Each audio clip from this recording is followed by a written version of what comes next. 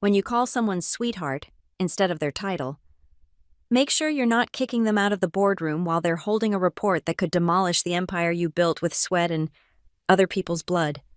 My name is Morgan Reese, and I spent 6 years watching a man gamble with human lives like they were poker chips in a rigged game. This is the story of how I turned his own negligence into the rope that hung his career, and how I ended up running his biggest competitor. Some might call it revenge. I call it justice served with a side of OSHA compliance. The morning everything changed started like any other at Apex Manufacturing. I arrived at 6:47 a.m., 13 minutes before my official start time, clutching my third revision of the safety improvement proposal. 3 weeks of my life condensed into 48 pages of risk assessments, equipment specifications, and cost-benefit analyses that proved spending $48,000 on safety upgrades would save lives. Not could save lives, would. The factory floor hummed with its usual symphony of metal on metal, pneumatic hisses, and the occasional curse word in 3 different languages. I navigated between the towering shelves of the warehouse section, past the loading docks where Carlos was already checking the morning's deliveries, and up the metal stairs to the administrative offices. Each step echoed with purpose. Today was the day Brennan Tate would finally listen. I should have known better. The conference room smelled like burnt coffee and masculine ego. Brennan sat at the head of the polished table, his shirt sleeves rolled up to display forearms that had never lifted anything heavier than a golf club. To his right, Kyle from operations picked at his phone. To his left, Derek from finance examined his cuticles with the dedication of a surgeon. "Morning, gentlemen," I said, setting my proposal on the table with a deliberate thud. Brennan glanced up from his phone. "Oh, sweetheart, you're early. We haven't even gotten to your little presentation yet." Little presentation. 6 years of documenting near misses, equipment failures, and safety violations reduced to a diminutive adjective and a patronizing tone. I forced my expression to remain neutral while making a mental note of his exact words. Date March 15th. Time 7:03 a.m. Witness Kyle Patterson and Derek Singh. "It's Morgan," I corrected, opening my laptop. "And this proposal addresses critical safety infrastructure updates that—" Right. Brennan waved his hand like he was swatting away a fly. "The forklift thing again. The forklift certification program, the machine guarding on lines 3 through 7, the updated lockout/tagout procedures, and the personal protective equipment upgrades." I clicked through to my first slide, a graph showing our incident rate trending upward over the past 18 months. As you can see, our TIR has increased by— Jesus Christ, Morgan! Brennan leaned back in his chair, the leather creaking under his weight. "Every week it's something new with you. First it was the ventilation system, then the emergency exits. Now this. Do you know what our margins look like this quarter?" Derek perked up, sensing his moment to shine. "Actually, if I may, Brennan, our EBITDA is up 12% year over year, but the proposed safety expenditure would impact our bonuses, is what you mean," Kyle interjected with a laugh that sounded like a seal barking. I clenched my jaw and advanced to the next slide. "This isn't about bonuses. This is about preventing serious injuries or fatalities. The forklift in Bay 4 hasn't been serviced in 8 months. The hydraulic system is showing signs of—" "Did you hear that, boys?" Brennan's voice dripped with amusement. "Morgan here thinks she's a mechanic now, too. Tell me, sweetheart, where'd you get your engineering degree, YouTube University?" The room erupted in laughter. Kyle actually slapped the table. Derek tried to hide his smirk behind his hand but failed miserably. I stood there, feeling the heat rise from my chest to my cheeks, but I didn't break eye contact with Brennan. "Cornell University, actually," I said evenly. "Industrial and labor relations with a minor in engineering. My certifications include CSP, CIH, and CHMM. Would you like me to explain what those acronyms mean, or should I assume you've done your homework on your own compliance officer's qualifications?" The laughter died. Brennan's face darkened from amused to annoyed. "Listen, I don't care if you've got a PhD in ass covering. We're not spending 50 grand on maybes and might happens. These guys have been working this equipment for years without your fancy upgrades." 48,000, I corrected. And it's not about maybes, it's about when. The incident probability matrix I've prepared shows. Meeting's over, Brennan stood abruptly, his chair rolling backward. Morgan, maybe focus more on actual work and less on playing safety cop. That's what we pay you for. Right? To check boxes, not spend money. You pay me to ensure compliance with federal and state safety regulations, I said, my voice steady despite the tremor in my hands. This proposal isn't optional. It's required to meet OSHA standards. Brennan was already halfway to the door. Then get creative with the paperwork. That's what we pay you for. He paused, turning back with a smile that reminded me of a shark circling prey. Oh, and Morgan, next time you want to lecture me about qualifications, remember who signs your paychecks. The door slammed behind him. Kyle and Derek filed out without making eye contact, Derek muttering something about women and emotional that he probably thought I couldn't hear. I stood alone in the conference room, staring at my laptop screen where slide 12 waited patiently to explain how a simple pressure relief valve could prevent a catastrophic failure. My hands moved on autopilot, saving the presentation, closing the laptop, gathering my papers, but my mind was elsewhere, already formulating contingencies. Back at my desk, I opened a new email and began typing. The recipient field remained empty, but the subject line read, Documentation of Safety Proposal Rejection, March 15th. I detailed every word spoken, every dismissive gesture, every safety concern brushed aside. When I finished, I didn't send it. Instead, I saved it to a folder I'd created 3 years ago labeled CYA, Cover Your Ass. The folder already contained 847 items. I spent the rest of the morning updating my documentation. Every email where Brennan had rejected safety expenditures, every meeting where Kyle had mocked compliance requirements, every incident report that had been filed away without action. I created backups of the backups, storing copies on a personal external drive I kept locked in my desk drawer. At lunch, I found Carlos in the break room, heating up leftover tamales his wife had made. The microwave hummed while we made small talk about his daughter's quinceañera planning and the unseasonable weather. When the microwave beeped, I lowered my voice. That forklift in Bay 4, I said casually. You still seeing hydraulic fluid on the floor? Carlos's face tightened. Every morning, Miguel almost lost control of it yesterday. The brake response is shit. He glanced around nervously. I mean, it's not great. Did Miguel file a near-miss report? Are you kidding? Last guy who filed one of those got moved to night shift? Permanently? I nodded, adding another mental note to my collection. If anything happens, you call me immediately. Doesn't matter what time. Morgan, you know I got a family to feed. Which is exactly why you should call me if something happens. I met his eyes steadily. I'm trying to keep you alive to feed them. Carlos looked away, focusing intently on his tamales. Yeah, okay. But you didn't hear nothing from me. The afternoon crawled by with its usual mix of updating safety data sheets, reviewing incident logs from other shifts, and fielding complaints from floor supervisors who thought hard hats were optional because they messed up their hair. I left the office at 5:17 p.m., laptop bag heavy with the weight of ignored responsibilities. At home, I poured a generous glass of wine and opened my laptop. The external hard drive clicked softly as I transferred another batch of files. 6 years of safety violations, documented and cross-referenced. 6 years of being called sweetheart, honey, and darling instead of safety manager. 6 years of watching near misses inch closer to direct hits. My phone buzzed, a text from my friend Sarah, asking if I wanted to grab drinks. I started to type yes, then stopped. Something felt different about today. Something final. Instead, I typed, raincheck working on something important.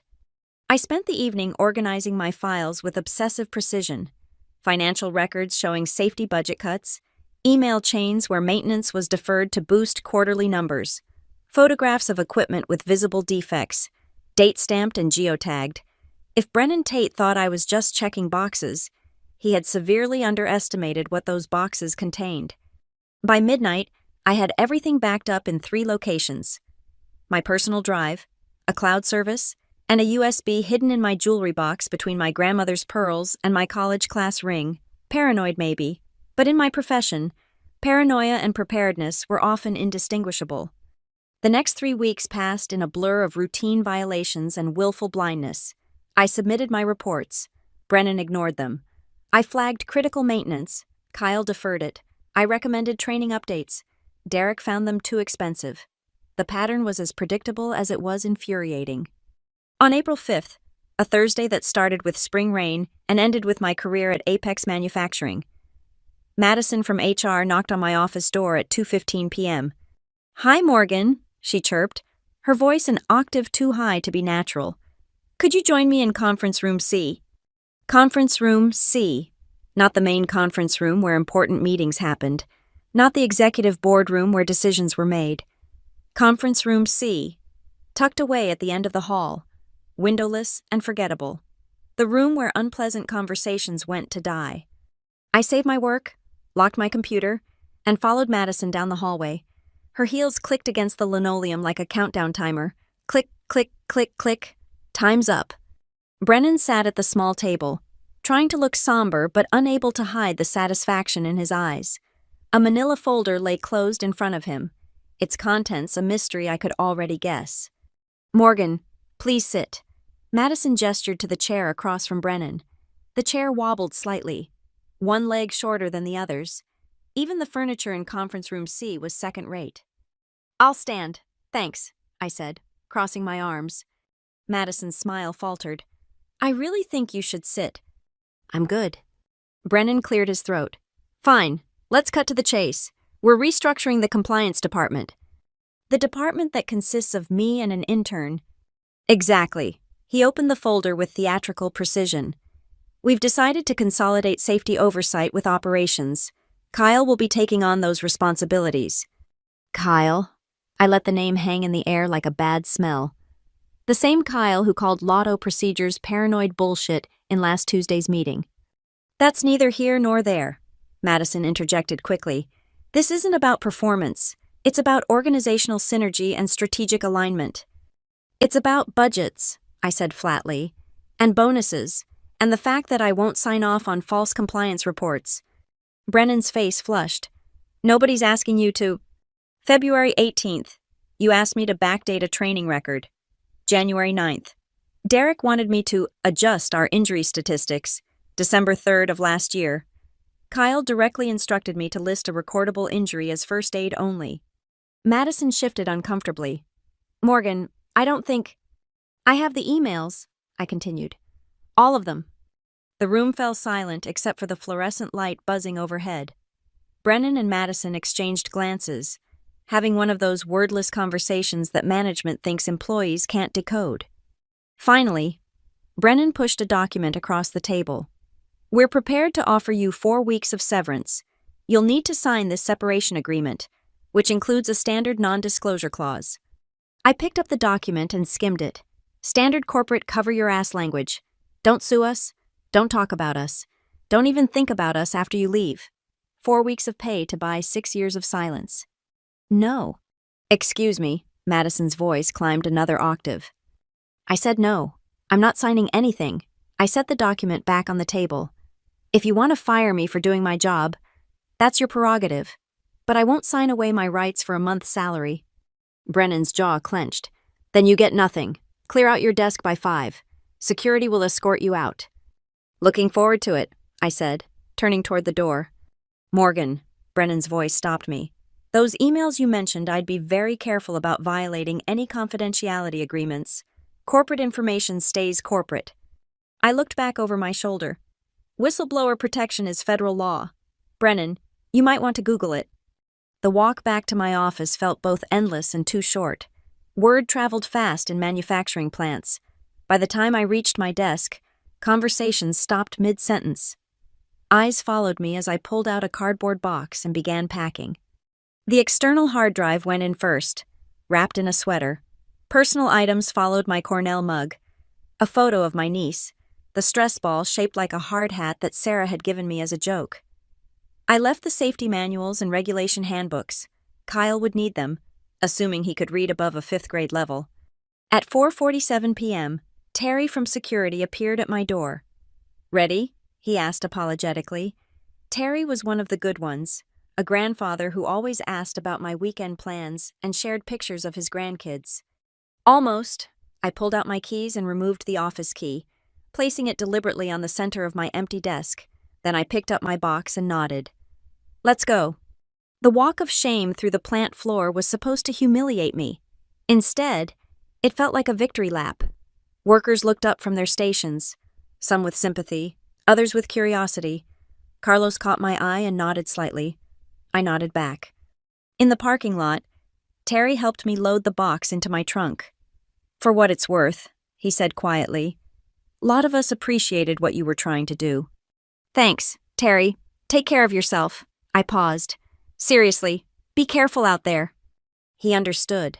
They all understood. The only people who didn't were the ones signing the checks. I drove home slowly, letting the reality sink in. Unemployed at 35, 6 years of expertise dismissed with a manila folder and a fake smile. But as I pulled into my driveway, I felt something unexpected. Relief. The weight of willful ignorance, of fighting a losing battle, of documenting disasters waiting to happen, it all lifted. Inside, I poured wine, a better vintage this time, and powered up my laptop.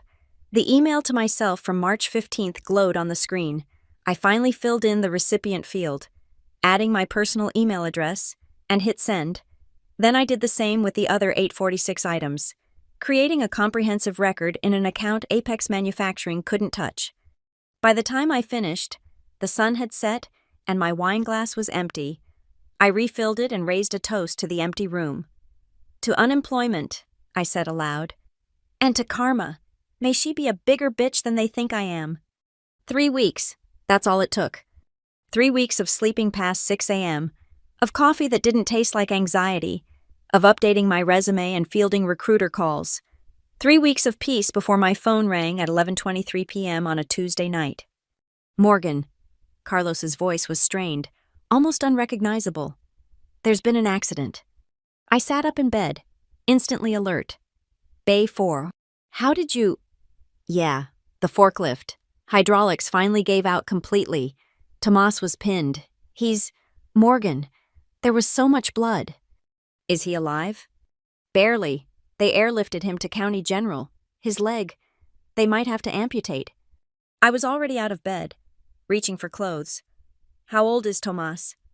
23. Just had a baby girl last month. 23 years old. A new father. Crushed by equipment I'd flagged for maintenance 97 times over the past year. Carlos, listen to me very carefully. Are you somewhere private? I'm in my truck. Good. Do not talk to anyone from management about this. Not Brennan, not Kyle, nobody. If they ask you questions, you tell them you're too shaken up and you need to go home. Understand? Morgan, I can't lose this job. You won't. Trust me. But right now, Tomas needs us to be smart. Can you take photos of the accident scene? Already did. And, Morgan, the hydraulic line that burst. It's the exact one you had circled in that report. The one from the meeting where Brennan called you sweetheart. My hands clenched around the phone. Send me those photos. And Carlos, check your text messages from 3 weeks ago. Remember what I said about calling me if something happened? Yeah. This is that something. We're going to make sure Tomas is taken care of. And we're going to make sure this never happens again. After we hung up, I sat in the darkness of my bedroom, laptop glowing as Carlos's photos arrived. The failed hydraulic line, the pool of blood on the concrete, the forklift tilted at an unnatural angle. Each image was another nail in Brennan Tate's professional coffin. I opened my CYA folder and began cross-referencing. Every report where I'd flagged that specific forklift, every email where I'd warned about catastrophic hydraulic failure, every meeting where my concerns were dismissed as paranoid, excessive, unnecessary. By dawn, I had compiled a timeline so detailed it could have been submitted as evidence, which, as it turned out, was exactly what it would become. The call from OSHA came 4 days later. Terrence Williams, Senior Compliance Safety and Health Officer, had a voice like gravel and a demeanor to match. Ms. Reese, I understand you were the safety manager at Apex Manufacturing until recently. That's correct. We're investigating a serious injury incident.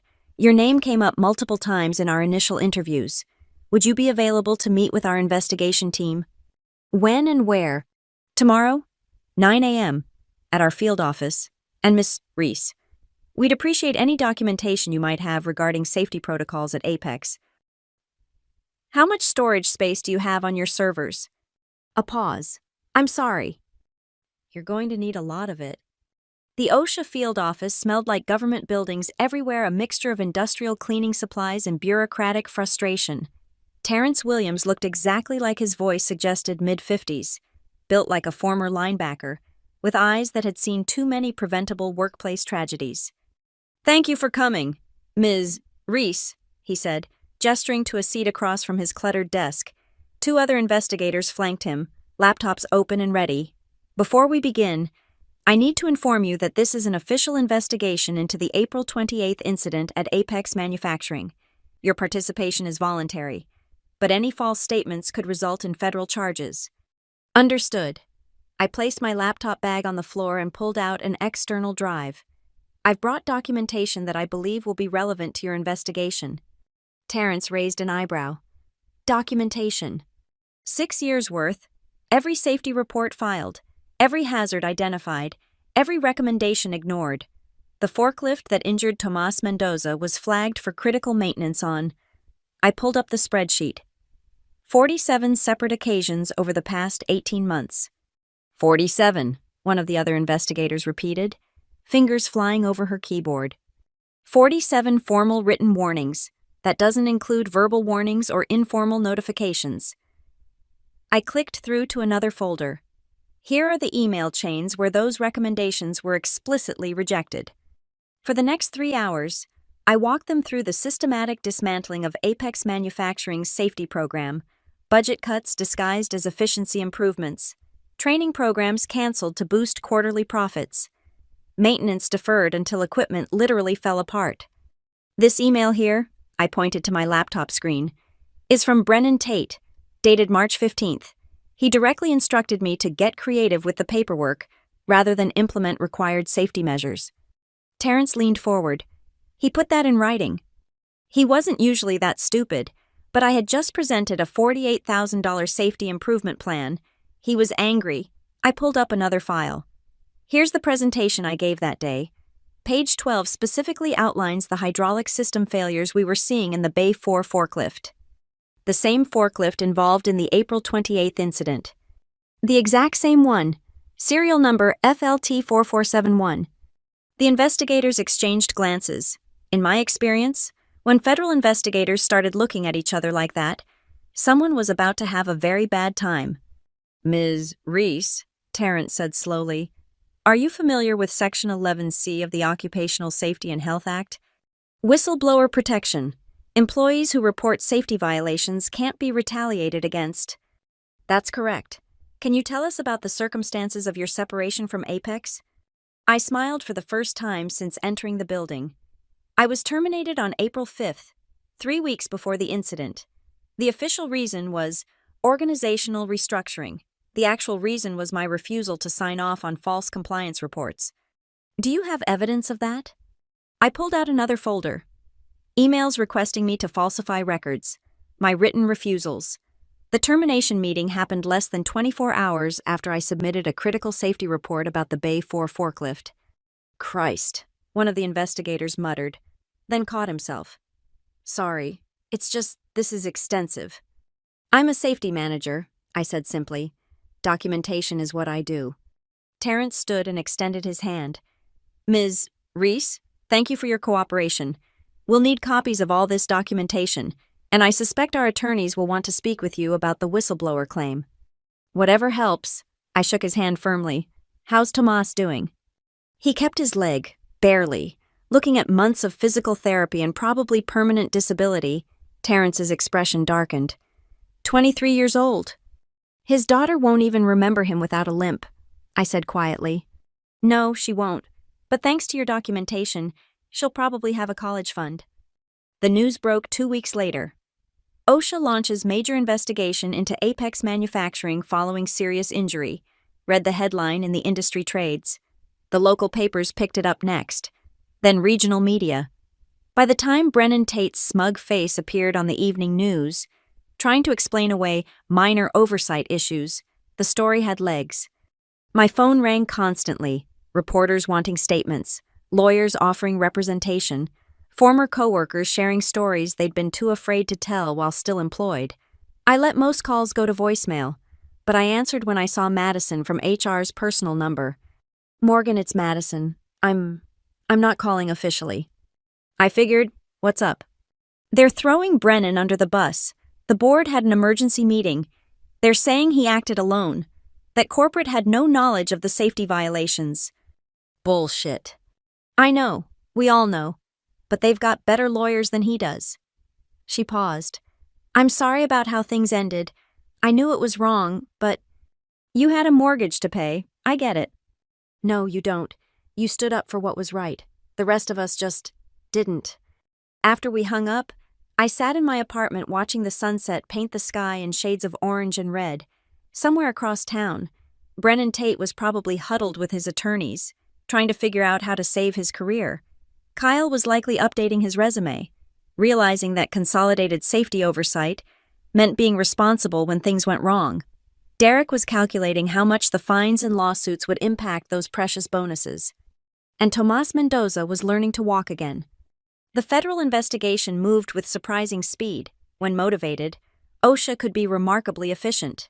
Within 6 weeks, they had issued citations totaling $2.3 million. The maximum allowable for willful violations. The story made national news, becoming a cautionary tale for corporate cost-cutting at the expense of worker safety. Brennan Tate resigned to pursue other opportunities, according to the press release. The reality, according to my network of former colleagues, was that he was given a choice: resign or be fired for cause, losing his severance and potentially facing personal liability. Kyle lasted another month before being terminated for failing to maintain required safety documentation. Turns out, checking boxes requires actually understanding what the boxes mean. Derek hung on the longest, but when the quarterly reports showed the true cost of the investigations, fines, and mounting lawsuits, he too found himself looking for new employment. The day the news broke about Brennan's resignation, I received a call from a number I didn't recognize. The voice on the other end was professional, crisp, and straight to the point. "Ms. Reese, my name is Patricia Huang. I'm the CEO of Titan Industries. I believe you're familiar with our company." Titan Industries, Apex Manufacturing's biggest competitor. Of course I was familiar with them. "I know who you are, Ms. Huang." "Excellent. Then you also know we've been watching the situation at Apex with great interest, not with satisfaction. Mind you, workplace injuries harm our entire industry. But we've been particularly impressed with your handling of the situation." "I just did my job." "No, Ms. Reese, you did the right thing, even when it cost you that job. That's the kind of integrity we value at Titan." I sat up straighter. "Are you offering me a position?" "I'm offering you the chance to build something. Head of Compliance and Safety. Reporting directly to me. Full authority to implement safety protocols, direct budget approval for necessary improvements, and a seat on the executive committee." That's a significant role. It's what the position should have been at Apex. We've learned from their mistakes. The question is, are you interested in showing them how it should be done? I thought about Tomas, about Carlos, about every worker who deserved to go home whole at the end of their shift. When do I start? How does Monday sound? It sounds like justice. My first day at Titan Industries was everything Apex Manufacturing never was. Patricia Huang personally introduced me to the executive team, making it clear that safety was now a top priority. My office, a real office with windows and a door that locked, came with a standing invitation to interrupt any meeting if safety concerns arose. But the best part was the tour of the manufacturing floor. Clean, well lit, with safety equipment that had obviously been maintained, workers who made eye contact instead of avoiding management, forklifts with current inspection stickers, and no telltale puddles of hydraulic fluid.